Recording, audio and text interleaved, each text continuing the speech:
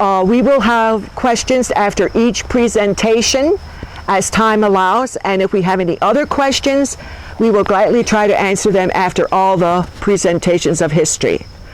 Now, I know in Slatington we have many committees and organizations doing with history, but the Slatington History Preservation Committee is the only one dealing with getting a museum. We have fundraisers for the museum. Currently, our fundraiser is a book, the 1969 Undefeated Football Team by, I call Mike our historian, sports historian on the committee. The books cost $15, and we have them here today to purchase if you'd like to see one or just look at it or purchase one. And we also will have a fundraiser in the spring. This fundraiser will be going to the Harrisburg to see the Capitol and also the Civil War Museum. It will be on April 25th, and the cost will be $50. And all these funds will be put towards the museum. We will ask eventually, and we have to, we don't have a choice, we will ask the community for private donations and businesses to help set up this museum.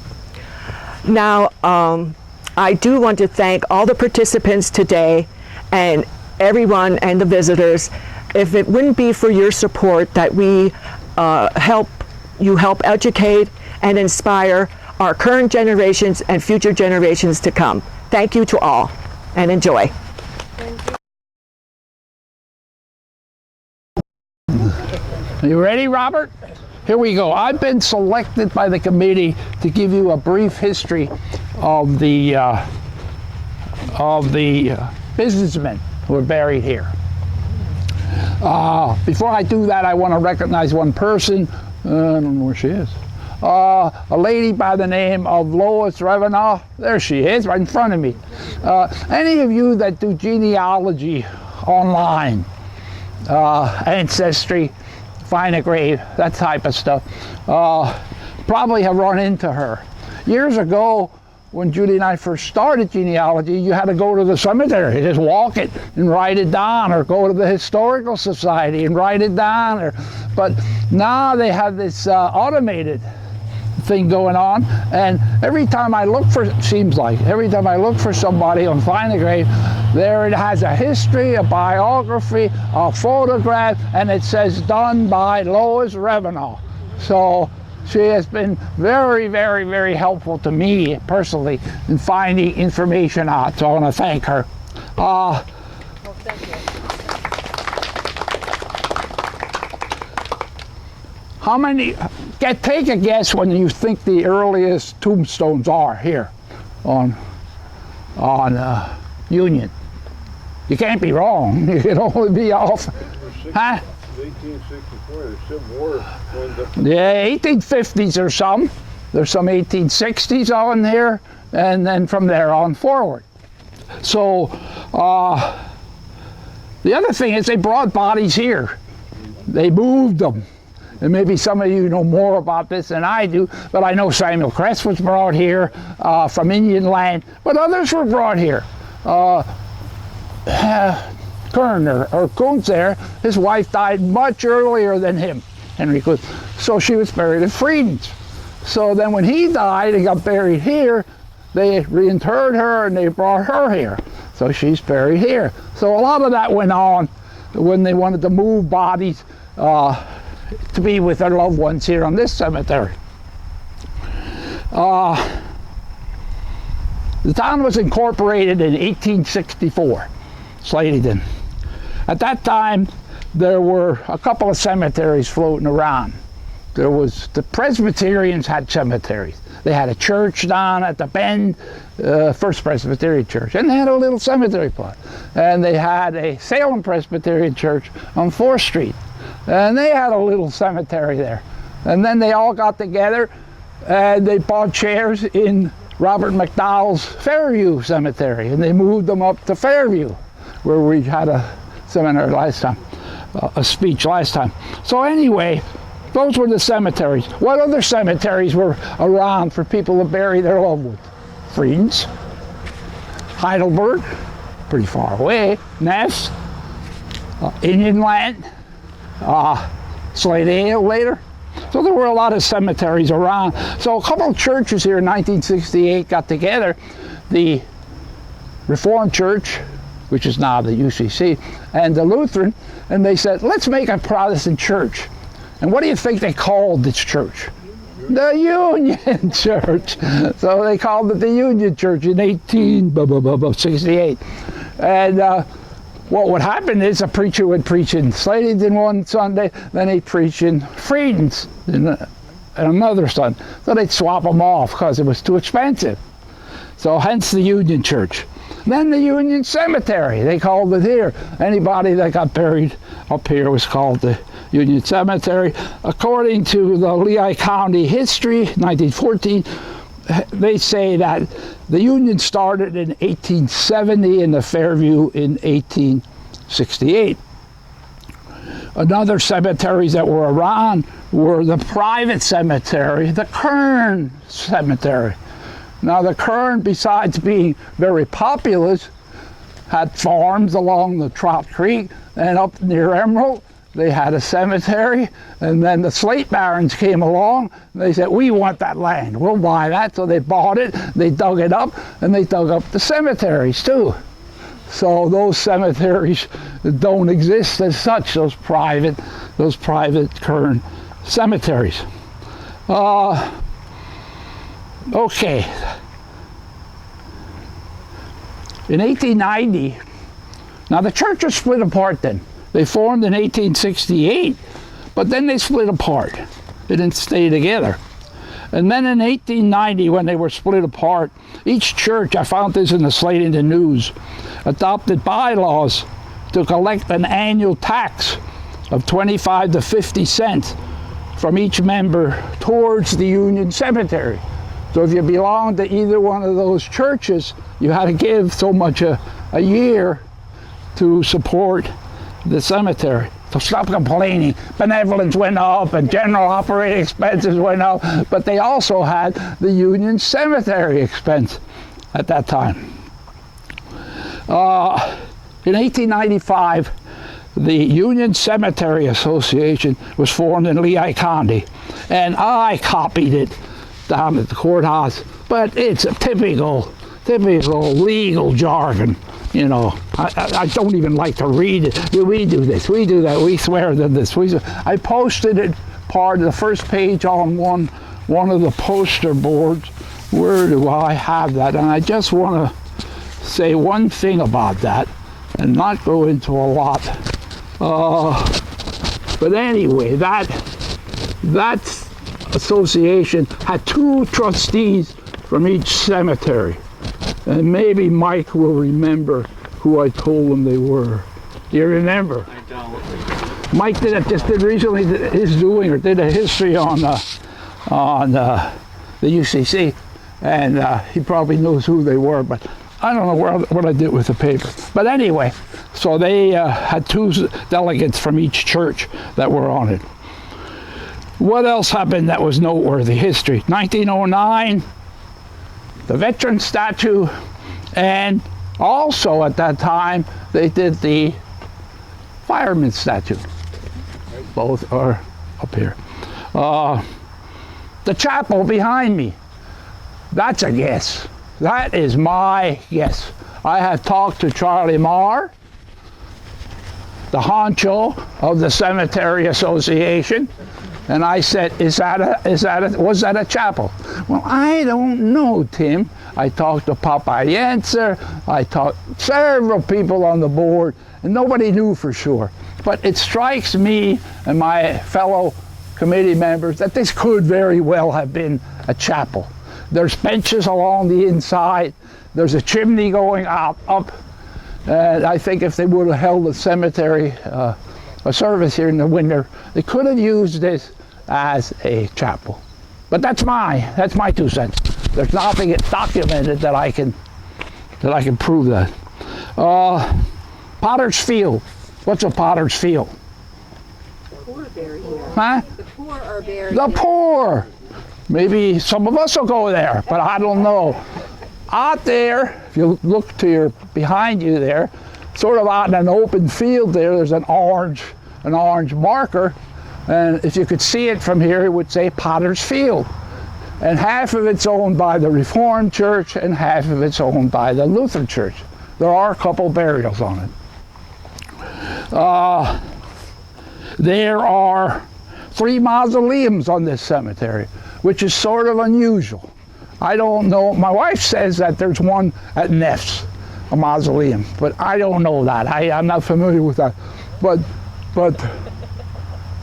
But here, certainly Fairview has none. Although Brian Reed told me, he's the caretaker, that somebody wanted to know if they could put a mausoleum over there. But I don't know of any other mausoleums in our immediate area. There are 3 here. We have up top there, we have the Costenbader, who was a descendant of Henry Kuntz.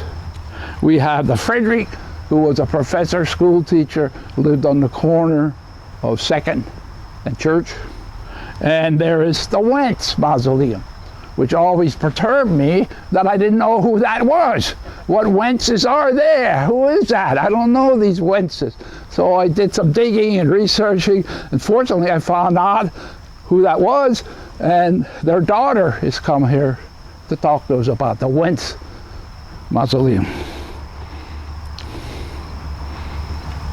Currently there's a board of directors. Lutheran has Charlie Marr, Justin Marr, Chad Miller, Brandon Humanik. And the UCC has Gary Van Norman, Bruce Kuntz, Paul Steckel, and Ryan Van Norman.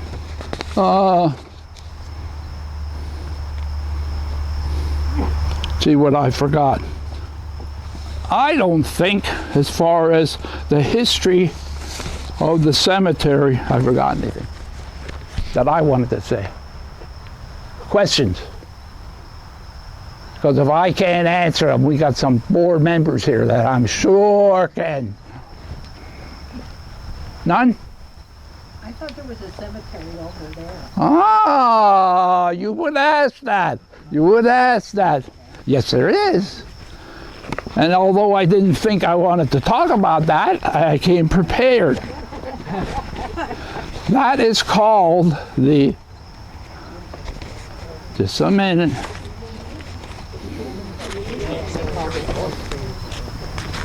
Right across the street there. is Union Cemetery North. That is also owned by Union Cemetery, correct? 6 acres over there. 6 acres. Okay. There's also burials. If you see the tree line just past the corn, the tree line goes like this. It goes straight, turns, and then straight again. Behind where it turns there are burials there. I think it's called the German Evangelical Society or something like that. I can't put my... Here it is. German Evangelical Society Cemetery Memorial. Somebody went to the trouble and listed who's buried there. That's me. Was that you? That was me. When we were doing the history for the 2014 book, that cemetery became known to me, and I believe there's 18 burials that have stones. Obviously, severely overgrown.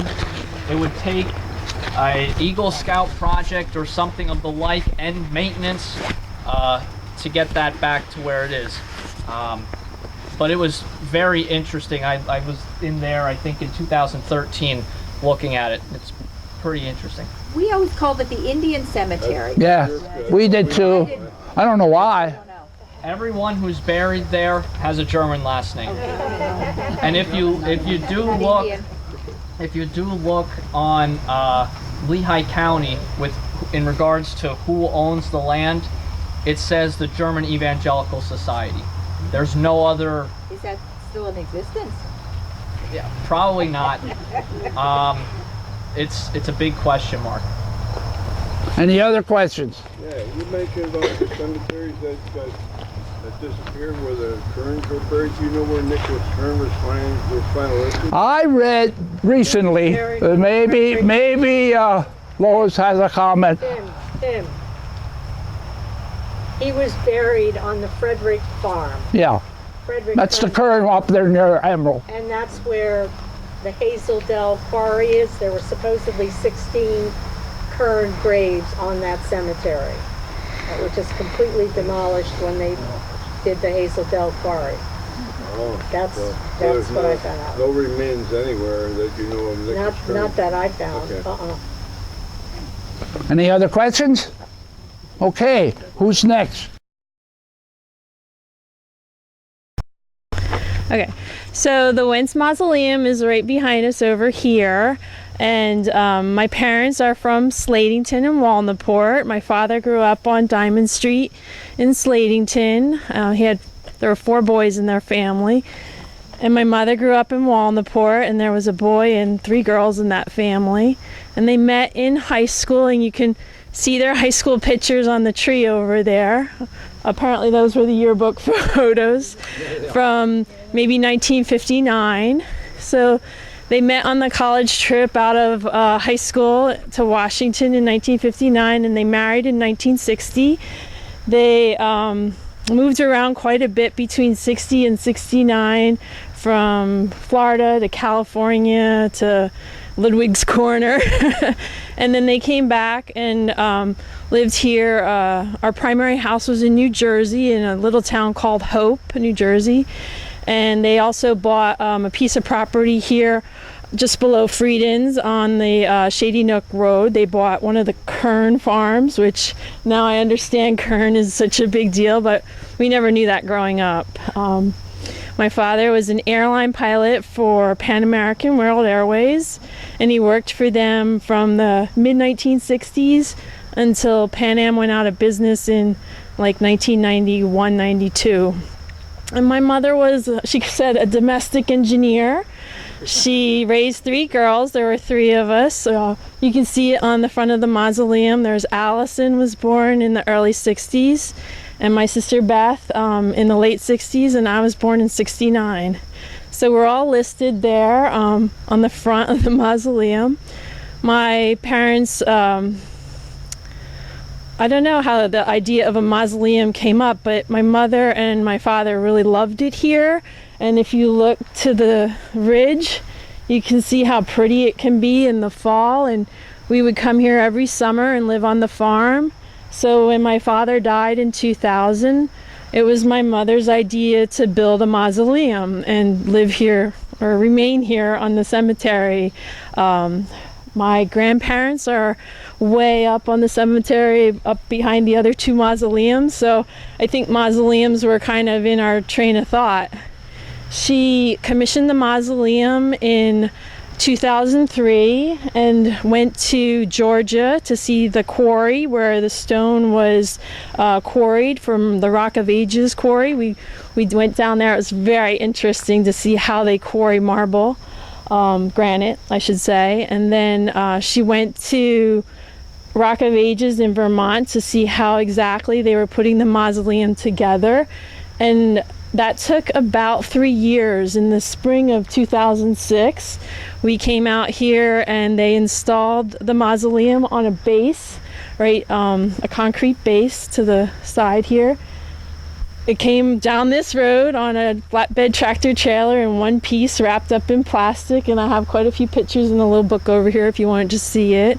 And they had a hydraulic crane that lifted the entire building all in one piece and placed it on the foundation, and then pulled the straps out from underneath, and it was set. And they put the 3 steps down in front of the mausoleum, and inside there are crypts where people are kept. My father is in the middle. He was cremated in 2000. He passed away of a blood dyscrasia disease. And then my mother passed quietly about 3 years ago, and she is just to the side of him. She was also cremated. And there are 2 large crypts that are empty, and the remaining small crypts are also empty at this time, but there's space. There's a small little bench for reflection and prayer on the inside, but the idea was that the sun would rise and the sun would set through the windows and the doors, and it would be peaceful. And I'm really glad coming back to Slatington and looking that this is where it is, and and it's just so super pretty. In another 2 weeks it'll be fall and it'll be gorgeous. And that's my story. Questions? Very well done. Thank you. There's a question over here, or comment. Sure. Question. I graduated with your mother and father Oh, thank you. class of 1957. Oh, 57. 57, and your father lived right up the street from me, and your mother was Roseanne Babian. Yes. And she was in all of my classes, and I knew them quite well. Oh, so sweet. What was your name? Happy to see that I'm Beverly Abraham. I was Beverly Bouse. Oh, Beverly Bouse. I know that name. Yes. Okay. Very good. Yes. Just one thing about you, your family went to Vermont to get the granite. Well, this brings back pleasant memories when Tim and I visited Fairhaven, Vermont, our sister city for Slatington. I wish all of you, if you ever had an opportunity to go there, I think you should. It's magnificent, and there they sell a lot of granite and do what your parents had done in a nearby village up there. But it's gorgeous up there too, and I can see why it's our sister city because of the slate and also of the granite. Thank you for your representation. Very good. It is Rock of Ages. Bill Wenz out of Baronsville. What is it called? Over by like 422. He built the mausoleum with Rock of Ages. And if it's interesting, if you've ever been to Washington, D.C. and seen the World War II memorial, that is also has the arches on the end are built by Rock of Ages, and same sort of Yes. Vermont history. Yeah, they're noted for their granite. Very much. Yeah. Thank you.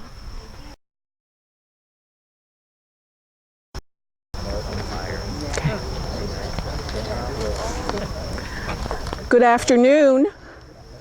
Good afternoon. Can I hear you? Yes, good afternoon. My name is Susan Kern, and I grew up at 1059 Main Street with 4 other brothers and sisters. My dad grew up in Slategale, and he was one of 15. Can you believe that? Raising 15? I had a problem raising 3. But all of my relatives are buried, and they died in Slategale. So they told me I had to talk about Henry Kuntz. So here is his, I have to hold this too. Here is his first memorial tombstone. And if anybody would like to take one of these that I printed out at Office Depot, you are welcome to it. And also I will get another one for you if there is not enough. Henry Kuntz was a very interesting man. He was born in 1830 and he died in 1905. He was the son of Jacob D., and he was raised on a family farm in Washington Township, and at that time they even had an academy in Coopersburg.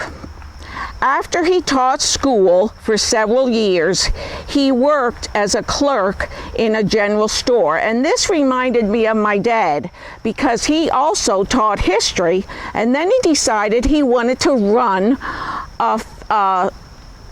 what was it? I think it was something with gasoline, Atlantic Gasoline. He wanted to sell that. So that, you didn't have to go to college to sell gasoline. But anyway, he was made store manager at the age of 19. That was in 1849. Shortly thereafter, he journeyed to Philadelphia and he purchased a full line of goods to start his own general store. He opened a store in Northampton County, but was not very successful. So he returned to Slatington. There he opened a store in Northampton County, but was not very successful. So he started to prospect. He was one of the first businessmen in Slatington, along with Robert McDowell, D.D. Jones, and the Kerns and the Remaleys. 2 years later, he opened some of the first quarries in Slatington. He formed a company known as Kuntz, Kern and Company. The company included 5 men, including Kuntz and his brother-in-law, Benjamin Kern. For the next 50 years until he died in 1905, Mr. Kuntz owned and operated several quarries, and it included the Eagle, Big, Franklin, and Washington. In 1985, he started the Slatington Slate Company and operated the Big Franklin and some other quarries. After his death, his daughters continued this operation. He had 2 daughters from one wife and 6 from another. So those 8 daughters continued the quarry. This was one of the leading industries in eastern Pennsylvania. He also served as the Justice of the Peace for 26 consecutive years and was also elected the Burgess in 1892. He was a member of the Lutheran Church and was superintendent of the Union Sunday School and was a teacher of the adult Bible School. Could everybody hear me? Great, great. Are there any questions? If I can't answer them, I didn't know Henry at all, but maybe somebody in the audience or on this committee can. Any questions? This was Henry Kuntz in the very beginning, and somebody built this wonderful mausoleum. Not a mausoleum, but a memorial to him later on in life. I would say it's when he died. They used some of the money as a memorial. Was the Kern on the other side, was that connected with him at all? No, it's only Kuntz. Jonas Kern was the father-in-law. Oh, okay. Violeta, Gotcha. first wife, was Jonas Kern's daughter. Gotcha. You can easily take one of these. It's just a reminder of when he was born and when he died. And I will get you another one from Office Depot. I'm in the process of moving out of a 50-year house in Allentown into a smaller place in Emmaus, so you'll have to excuse me. Anything else? Great. Thank you.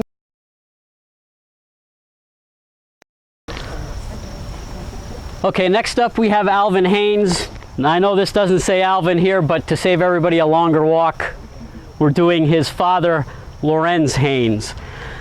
Alvin Haynes, 1853 to 1918, entrepreneur, inventor, slate baron, and statesman. So before I talk about Alvin, I want to briefly mention the patriarch of the family, Lorenz Samuel Haynes, 1818 to 1870. He was born in Neuss, Bavaria, and spent 6 years in the Bavarian army. He emigrated to the United States in 1848 and became a citizen in 1856. He worked in the slate tunnel under Dan Jones's Hill, which are us locals known as Bedbug Cave. He later worked as a carpenter on canal boats. He married Polly Schneider of Heidelberg Township. They had 6 children: Alvin S., Ellen Jane, Ida, James O., Maria, and Matilda. Alvin Haynes was born near Bowmanstown on a canal boat. He attended the public schools of Slatington and married first to Priscilla Kuntz of Rising Sun and second to Anna Shermer. He had 4 children from his first marriage. They were Charles, Ava, Helen, and Lawrence. He had a daughter, Elizabeth, from his second marriage. And Alvin and his family lived on the southwest corner of First and Church Street in Slatington, if you can picture the large red Victorian home at the corner of First and Church Streets.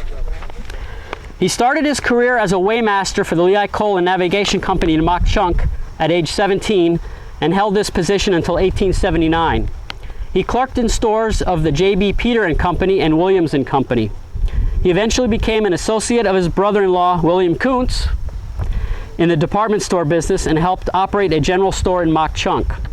Later, they bought the interests of the J.B. Peters store on the east side of Upper Main Street in the 600 block in 1895. The store prospered, and to obtain additional space, they built the A.S. Haynes building at 650 to 652 Main Street in 1897. After Mr. Kuntz died, Alvin's brother James was brought into the business, and the store was known as Haynes Brothers Department Store. The building was known as the largest and best built three-story building in town. It had a skylight and was equipped with a hand-operated freight elevator. The north side of the second floor contained offices of the Provident and Blue Vein slate companies and a meeting room for the Merchants Association of Slatington. The south side of the second floor was a men's club and included a card room, pool table, and well-equipped gymnasium. A fire in the early morning hours of Sunday, February 27, 1921, gutted the entire Haynes building. The fire, which began in the basement, was discovered as a result of a telephone operator calling a local employee of the Pennsylvania Power and Light Company. The building quickly filled with smoke, which hindered the firemen's efforts.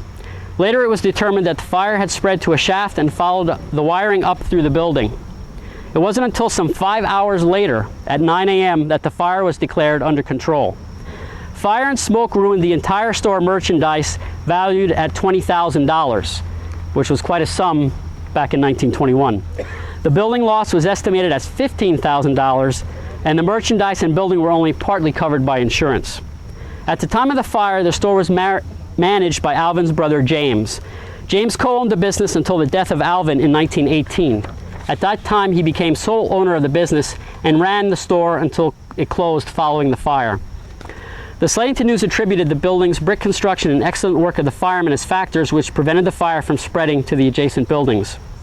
Although the exact cause of the fire was not noted, one can assume it was electrical in nature, because the Slatington News reported that during the same night, various residences and businesses experienced trouble with wiring, and vivid flashes were being noticed. The building was restored, but due to the tremendous loss of merchandise, it was decided to sell the building. It was sold at auction to Jones Brothers and Miller, and was operated as a 5 and 10 cent store until the death of Roy Miller.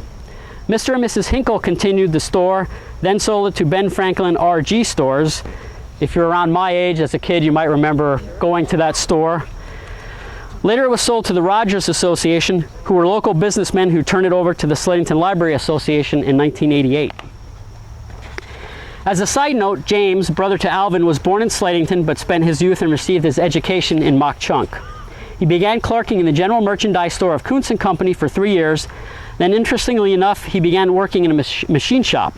He then entered employment of Kuntz & Haynes, where he remained a clerk until 1896, when the senior member of the company died. At this time, the company, as I previously said, was changed to Haynes Brothers. During this time, the store was the largest department store in the upper end of Lehigh County. James was also involved in the slate industry, having been associated with the Blue Vein, Provident, and Washington slate companies. He was a member of the Slatington Masonic Lodge and served as chaplain as well as secretary of the Merchants Association. He was also a staunch member of St. John's Lutheran Church, serving as elder and vice president of the church council. He was also a member of the church choir for more than 25 years and a teacher in the Sunday school for an astounding 40 years. One thing we can say about James is, even though he was very successful and was involved in many towns' organizations, he apparently did not have a green thumb, because it was noted that he was responsible for the planting of hickory trees in Victory Park. However, all the trees died and they had to be replanted. The Merchants Association that I just mentioned, they met in the Haynes building and functioned much like a modern-day Chamber of Commerce. They handled subjects of store hours, opening and closing times, customer credit, and attracting new customers. The association was organized on August 26, 1901, and our committee did have possession of the minute book that you may have seen on the table back there. Now, getting back to Alvin, his other interests, like that of numerous other Slatington businessmen, was slate and the flourishing slate industry. For several years, Alvin acquired slate interests in and around Slatington. In 1891, he organized the Provident Slate Company and became president and general manager. He was also president of the Blue Vein Slate Company, a director of the Vendor Slate Company, and an officer in the Washington Slate Company. According to the Slatington News, he helped organize practically all the important slate companies in the Lehigh and Northampton regions. The Provident and Blue Vein Slate Companies were two of the more successful and largest slate companies in the area, which produced roofing slate. The Slatington News noted that fellow citizens called on Alvin to serve them in municipal and county positions for the single purpose of protecting their interests and advance the influence and growth of the area. Alvin served on terms on the school board and was a director of the Slatington Rolling Mill, which was formerly located on Cherry Street in Lower Slatington. In 1902, at the age of 49, Haynes ran for political office, seeking a seat in the state assembly as a Republican. Haynes did not triumph in that election, although the Slatington News said he made a splendid run for assembly, whatever that means. 2 years later, Haynes again ran for a seat in the state assembly, and in an article appearing the week before the election, the Slatington News spoke glowingly of Haynes and urged the town's citizenry to vote for him.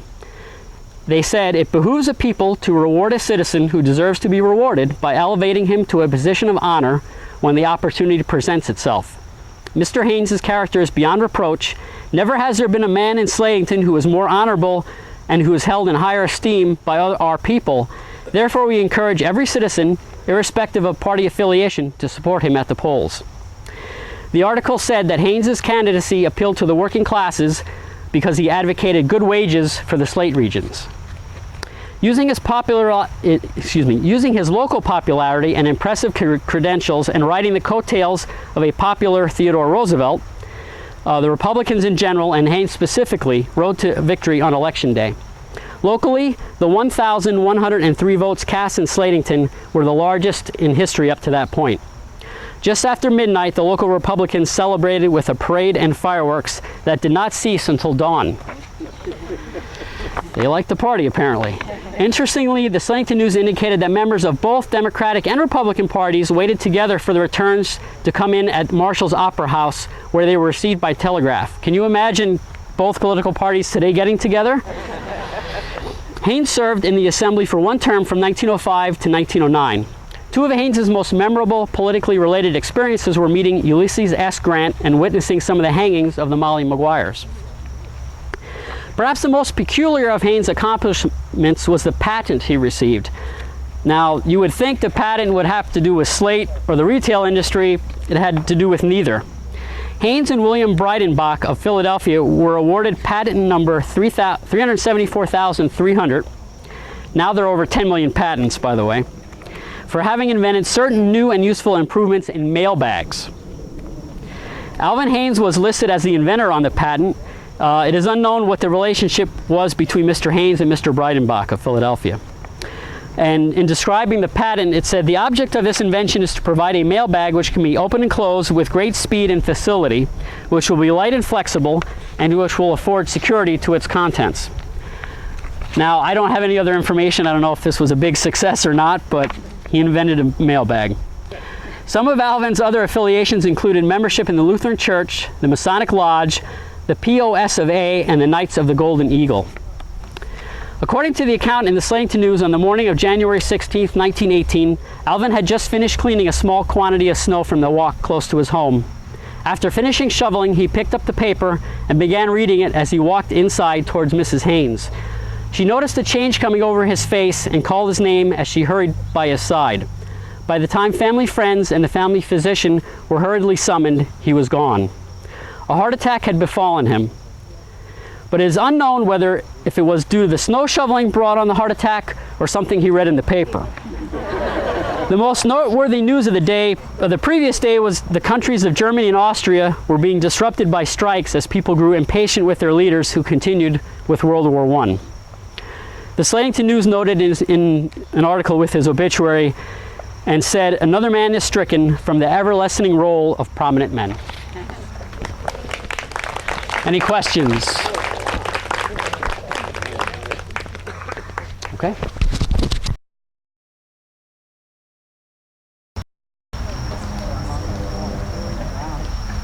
Okay. All right. I'm going to talk about Thomas Alvin. Oops. I don't stand well, so that's why I'm sitting. Thomas Alvin Kern, born October 26, 1839. He died January 12, 1914. Here's a little background information on the Kerns. The parchment deed given to Nicholas and Maria Margaret Kern by the heirs of William Penn is in the Pennsylvania State Archives in Harrisburg. This deed was for the land between Slatington and the Lehigh Gap, where their stone house still stands. The measurement was in perches. A perch is about 16.5 feet. Oak trees, boulders, and the river designated the boundaries of Kern's property. Nicholas and his wife were buried at the Frederick Kern Cemetery, as I mentioned before. This graveyard is now under the site of the Hazeldell Quarry. There were reportedly 16 graves in this cemetery. Nicholas signed his name on the deed, and there is an X for Margaret's signature indicating that she was unable to write. Thomas Kern's obituary in the Slatington News had the headline, "Venerable Townsman Passes Away Monday Afternoon." Kern was a former Burgess, which is the mayor, president of National Bank. He was a director of this bank. He was one of the original organizers of the bank. He was the owner of the Slatington planing mill, known as Kern's Lumberyard in later years. He was one of the wealthiest and most influential citizens. He died of apoplexy, which I found out is a cerebral hemorrhage or a stroke. He died at his 908 Main Street Slatington home, which is still standing, and I think there's a picture of it over on the table. It's the second house on the right-hand side with the cupola on top at Franklin and Main if you're heading towards the cemetery. He was 74 years old, 2 months and 18 days at his passing. He was a member of the Masons, I think it's starting to rain, the Odd Fellows, and St. John's Reformed Church. He was a Republican. In 1895, Thomas was a trustee of the Board of Directors that formed the Union Cemetery, and he represented St. John's Reformed Church at that time. Thomas was a fifth descendant of Nicholas Kern. He was the son of John G. Kern, a farmer who died in 1861, and a grandson of George Kern. George Kern was a pioneer settler who immigrated from Germany in 1728, and he settled where our town is now located. Thomas Kern was born in Heidelberg Township near Emerald. His mother was Margaret Wirt, W-E-R-T. Sometimes it's seen as Worth, W-E-R-T-H, in the historical records. Thomas worked on his father's farm and quarry until his adulthood. This farm was located along North Walnut Street, Route 873. His home is the first stone house on your left side if you're headed towards the Gap, and it's been really nicely restored. Thomas married Amanda Kern in 1859. Amanda was the daughter of Thomas Kern and Rebecca Miller. She was the daughter of John and Anna Magdalena Kern and a great-granddaughter of William and Salome Kern. Thomas and Amanda's grandfathers were cousins, which made Amanda and Thomas third cousins. Because it was hard to differentiate between Amanda's father and her husband added Junior to his last name. Their marriage ceremony was performed by Reverend J.S. Stubbs in what is now St. John's UCC Church. In 1860, Thomas began farming for himself on what was the American Slate Farm, better known as the Washington Slate Company Quarry. He continued this until 1868. When Thomas's father died in 1861, Thomas obtained ownership of his father's farm and quarry. At this point, he entered into partnership with Henry Lentz and John Bauer. They opened up the American Slate Quarry No. 2, which they operated for about 3 years. Mr. Kern sold his interest in the quarry, and in 1865 he opened up the American Slate Quarry No. 1. He operated this quarry until 1869, when he sold it to the American Slate Quarry in Bethlehem. In the latter part of 1868, Thomas purchased an interest in the A. Berkemeyer Lumberyard, which was located at the corner of 2nd and Center Alley in Slatington. In 1872, he became the sole owner of this business. In 1887, he added the planing mill. Kern was also interested in the slate business. He developed an extensive number of slate quarries. His obituary states that Thomas was always interested in furthering the interests of the town. In the fall of 1888, Thomas purchased the planing mill located between Railroad and Cherry Streets in Slatington. He purchased this from the administrators of the estate of John Balliot. At this time, he founded the Kern Lumber Company. This information comes from Christy Haight's little brochure on the Kern Lumber Company, by the way. The mill employed 22 men in 1914. The mill supplied material for many local homes and businesses like the American Nickeloid in Walnutport and Stanwood Mills in Slatington. Much of the lumber sent to the Kern Lumber Company came from states like Washington, red fir, and Idaho, white pine. This was reportedly the best lumber money could buy. Yellow pine was bought by roofers for building homes. This lumber was purchased more locally in the Kresgeville area and was of a lesser quality. But businesses and carpenters who paid cash for Kern's product received a 10% discount. Lumber was brought to and shipped to the yard via railroad, which was located just beyond the railroad street east of the mill. And Kern's mill eventually had their own trucks for delivery. Kern's reportedly never laid off any of their employees during the Depression, but following World War II and the building boom throughout the United States led to increased competition among lumber yards.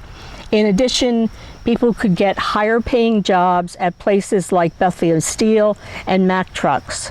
By 1970, Kern Lumber was closed, 82 years after Thomas Kern bought the business. His personal life. Thomas and Amanda had 8 children, 5 sons: Robert S., Dr. Alvin J., Richard Elmer, George Calvin, all of Slatington, Frank of Philadelphia, 3 daughters: Clara A. Kern Neff, whose husband was Amanda's Neff, Katie Louisa, whose husband was C.H. Hodges, and Ellen Jane Kern Morgan, whose husband was Wallace Morgan of Slatington. Amanda and Thomas built their new home at 908 Main Street. This house appeared in the 1876 Illustrated Atlas of Lehigh County and was described as an outstanding modern Slatington home. In 1989, this home was still occupied by a member of the Kern family, and this woman was Magdalena Amanda Kern. Her husband was Alan Thomas. She was a graduate of Bloomsburg University, where she taught biochemistry for a while, and she later was a teacher of mentally challenged students.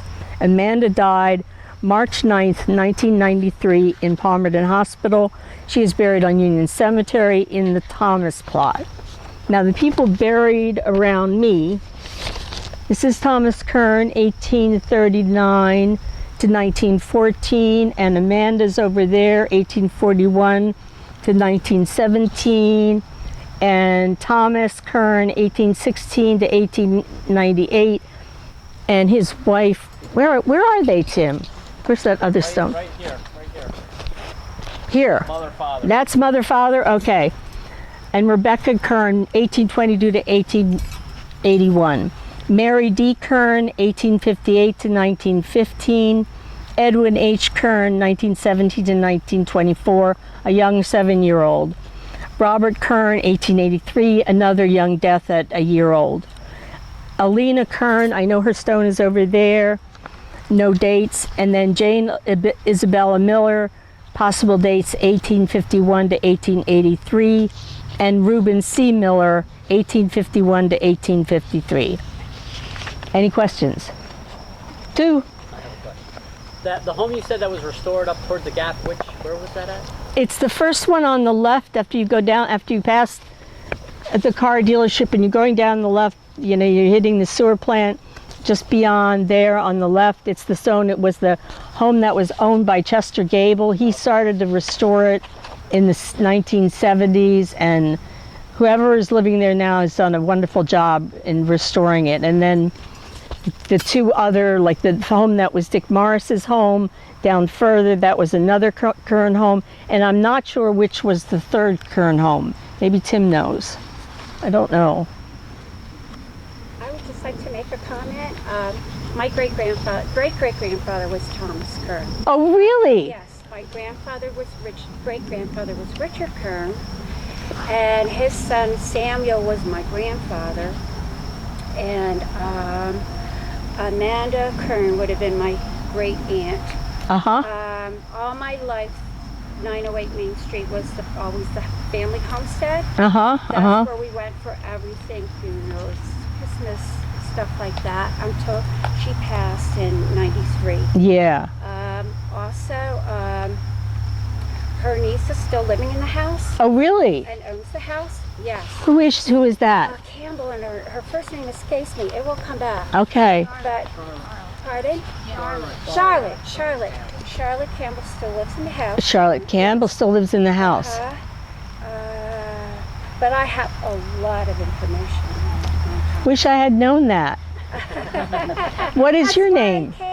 My name is Cheryl Roberts Wigner. My mother was Hope Kern, who was the daughter of Sam Kern.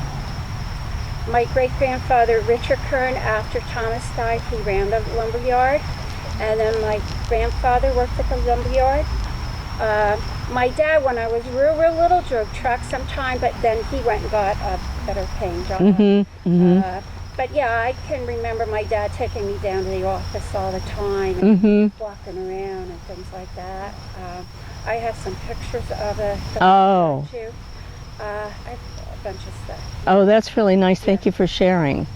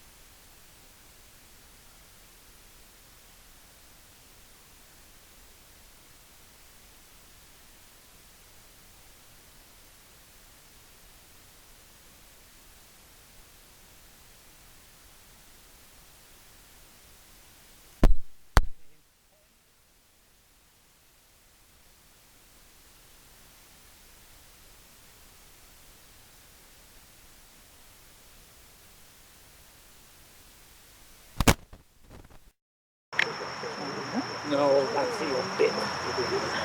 That, here we go.